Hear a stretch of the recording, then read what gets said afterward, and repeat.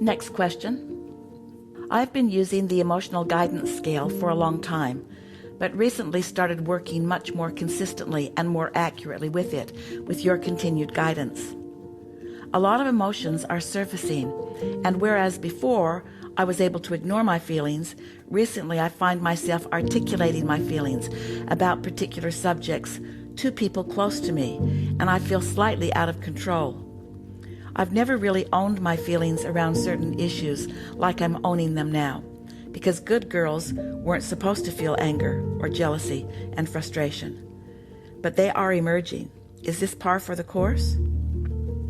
We're going to stop reading the question here for a minute and just answer what's been asked so far. Yes, this is a natural unfolding. Once you begin identifying your emotions and isolating them by focusing on them and placing them on the emotional scale and allowing yourself to really feel them and admitting to them, owning to them. In that process, just that much of it, there is a releasing of split energy that is very, very helpful. And the releasing of that split energy then gives you the clarity to then take the next step. And so, yes, that is par for the course. We'll continue the question here. Other than going to do another run up the emotional scale, is there anything else that you would recommend around the deeper issues? Again, we're going to interrupt the flow of this question and answer. We would not continue to do another run up the scale and another and another and another. In other words, don't turn this into an effort situation.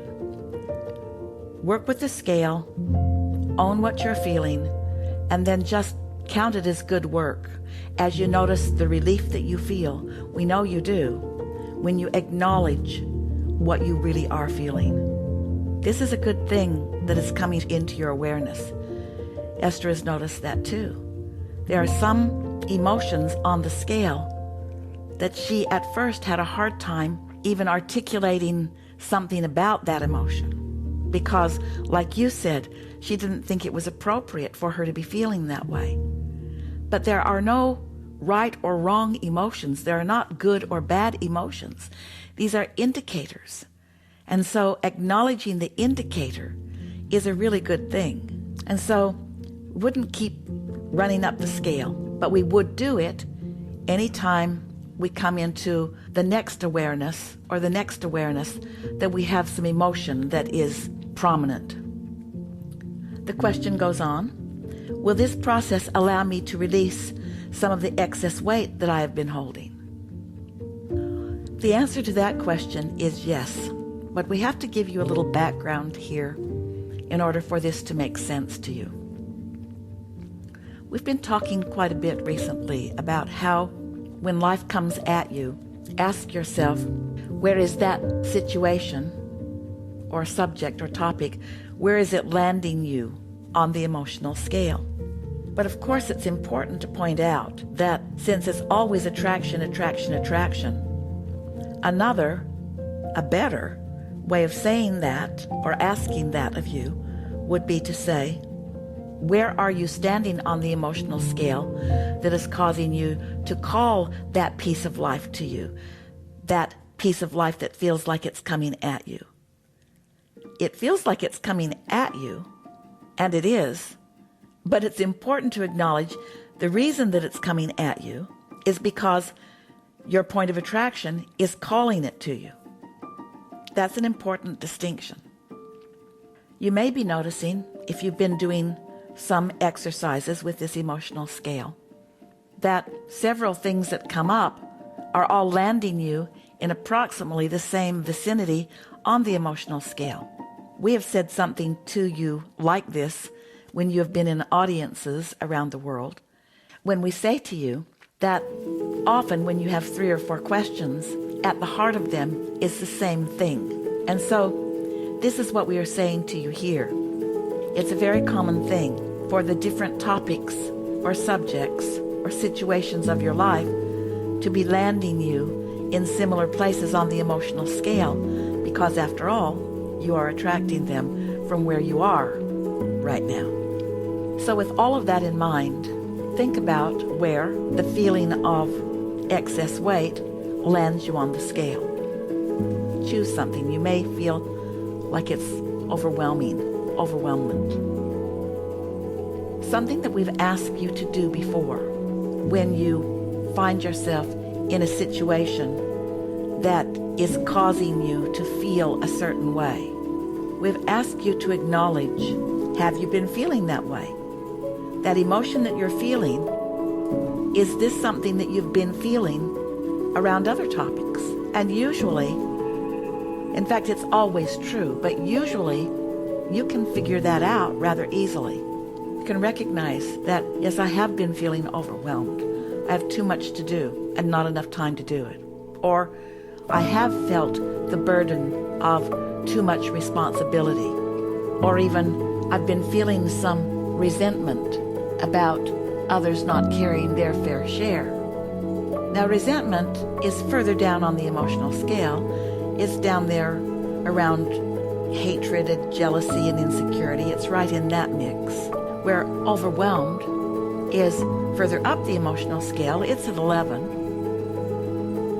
Confusion is there. Stress is there. But as you begin to associate the way being overweight makes you feel and how other things have also been landing you on the scale there, before you know it, you begin to recognize that a lot of subjects or topics have been causing you to land there. But don't forget, it's not that they are the cause. It's that you have already landed there and you're summoning more thoughts that feel like that. So, in any case, the remedy is the same. The remedy is to pick your spot, identify it, where did you land, and then just do the work to go up the scale. And now you've made this association that it's not just excess weight that is landing you there. It's too much work or not enough help or a feeling of too much responsibility. And as each of those topics come up, you do the work to move up the scale. Before long, you've improved your point of attraction. Your set point, so to speak, has moved on the emotional scale. And then all of those subjects will shift for you. Also, we've been asking some of you recently to consider this. Let's say that you feel like going and getting something to eat. And you've got it in your hand or on your plate. You're ready to eat it. And you might stop and ask yourself, where does this particular food land me on the scale? In other words, you may discover that you are stress eating. Take a subject like a donut or ice cream and just think about it in your mind. Where does that land you? Or cake or birthday cake. Those subjects may very well land you on joy or freedom or fun. But often you may discover that something that you're eating is landing you at guilt.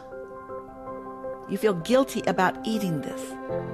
There again, begin to notice. There are other things that you've been feeling guilty about. And usually, you know that insecurity and guilt and unworthiness, those feelings, vulnerability, they're all down there on the same line. We put them at 21. Inadequacy goes there. Lonely goes there. Shame goes there. Think about how people have helped you to assign things to yourself, like you shouldn't eat that. It's inappropriate to eat that. Or it's inappropriate to do that or to think that. In other words, these things all go together. If you're hanging around in insecurity and unworthiness and guilt, then it's logical that you would reach out into the world of food and choose those things that also match that. This is a big conversation that we're having here. And it is our expectation that as you play with this, and be playful with it, don't make work of this, but begin noticing, are you eating this donut and feeling joyful about it? Or are you eating this donut and feeling guilty about it? You can reach the place where what you feel like eating always lands you in a good feeling place on the scale. You could be eating from an emotion of contentment or optimism or positive expectation or enthusiasm. In other words, you don't have to be at war with food. But if you are, it's because you're at war with a lot of things. And mostly, and usually, it's because you are at war with you. You don't like yourself for whatever reason, usually because somebody else didn't. And the reason that they don't or didn't like you is because they didn't like them. It's just a chain of pain that you don't have to live with anymore. We are certain that more questions will come, more clarifying questions about this, and we will address more and more of them as they come. We've enjoyed this interaction immensely. It is taking thought about these things, for sure, beyond where they have been before.